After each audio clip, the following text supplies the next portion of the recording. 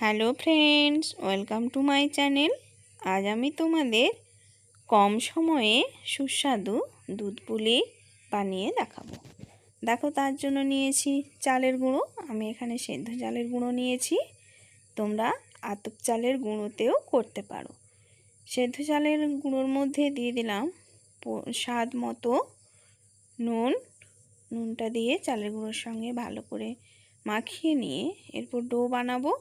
তার জন্য নিয়েছি দেখো আমি ফুটন্ত গরম জল। ফুটন্ত গরম জল দিয়েই কিন্তু ডোটা বানাতে হবে। এই যে দেখো, একটা খুন্তি বা হাতার সাহায্যে তোমরা এইভাবে জল দেবে এবং অল্প অল্প চালের গুঁড়ো দিয়ে ভালো করে ডোটা তোমরা মাখবে এবং ঠান্ডা হয়ে যাওয়ার পরে, অল্প ঠান্ডা হওয়ার পরে তোমরা হাত দিয়ে ভালো করে ডোটা মেখে নেবে। অল্প অল্প জল এবং অল্প অল্প চালের গুঁড়ো নিয়ে ডোটা বানাতে হবে। ঠান্ডা হলে, এখন গরম আছে হাত দেবে না, হাত পুড়ে যাবে। ঠান্ডা হলে তারপরে হাত দিয়ে ভালো করে মেখে নিয়ে ডোটা তোমরা বানাবে। এই যে দেখো, আমি ডোটা বানিয়ে নিয়েছি। এইভাবে হবে। এই যে এভাবে আমার ডোটা হয়ে গেছে। এই ডোটা বাইরে রাখা যাবে না, কারণ বাইরে রাখলে ওপরটা শক্ত হয়ে যাবে, তাই আমি ঢেকে রাখব। অপরদিকে আমি যেহেতু নারকেলের পুর দিয়ে করব, তো সেই পুরটা রেডি করে নেব। তো কড়াই দিয়ে দিয়েছি নারকেল কোড়া আর দিলাম পরিমাণ মতো চিনি।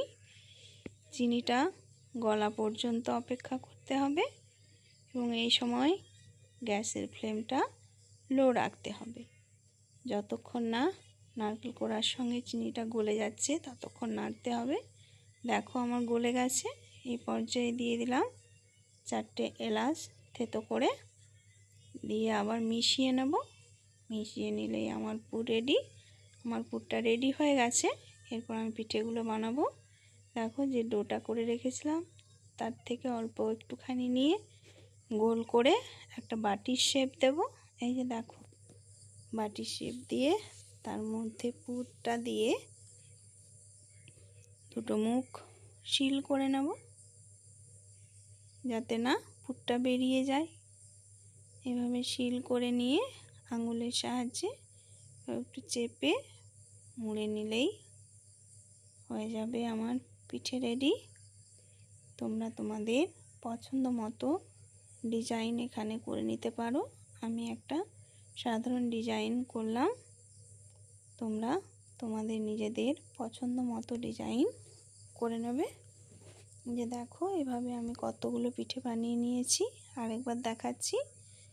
এই বাটির মতো শেপ করে তার মধ্যে পুর ভরে মুখ দুটো সিল করে নেব। সিল করে নিতে হবে। সিল করে নিয়ে তারপর ওটা এইভাবে আঙুলের সাহায্যে একটু পাকিয়ে নিলেই হয়ে যাবে। দেখো, এইভাবে আমি কতগুলো পিঠে বানিয়ে নিয়েছি। তোমরাও তোমাদের পছন্দ মতো ডিজাইন বানাবে এবং এই দুধ পুলি খেতে লাগে অসাধারণ, খুব ভালো হয়। আরেকটা আমি করে দেখাচ্ছি। দেখো, এই যে বাটির মতো শেপ করে নিলে তার ভেতর পুর দিয়ে দিলে, পুর দেবে এবং মুখ দুটোকে এভাবে সিল করে নেবে, যাতে না পুরটা বেরিয়ে আসে।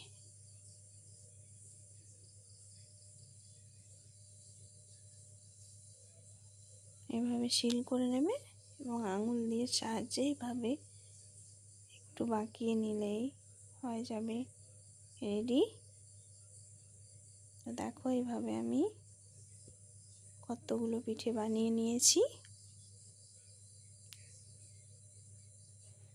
তোমরাও তোমাদের পছন্দ অনুযায়ী ডিজাইন বানিয়ে নেবে।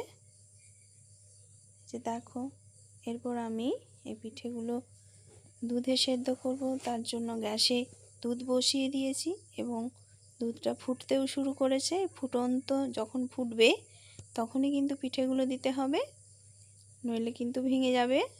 দেখো দুধটা যখন ফুটছে তখনই কিন্তু আমি পিঠেগুলো দিচ্ছি। ফুটন্ত দুধেই পিঠেগুলো দিয়ে দেব সমস্ত।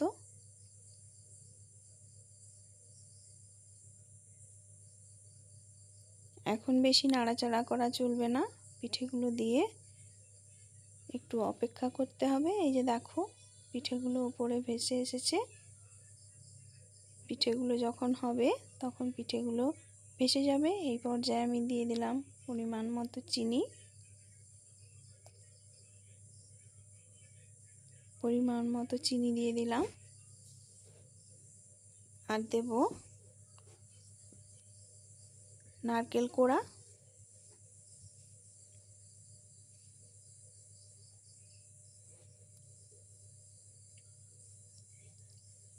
এই সময় হালকা হাতে কিন্তু পিঠেটা নাড়তে হবে। বেশি নাড়াচাড়া করলে পিঠেগুলো ভেঙে যাবে, তাই বেশি নাড়বে না তোমরা।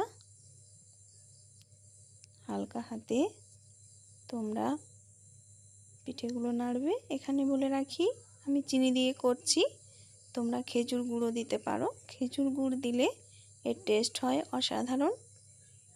তোমরা খেজুর গুড় দিয়েও বানাতে পারো, আমি চিনি দিয়ে এখানে বানাচ্ছি।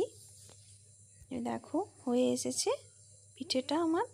এই পর্যায়ে দিয়ে দিলাম 3-4টে এলাচ থেতো করে।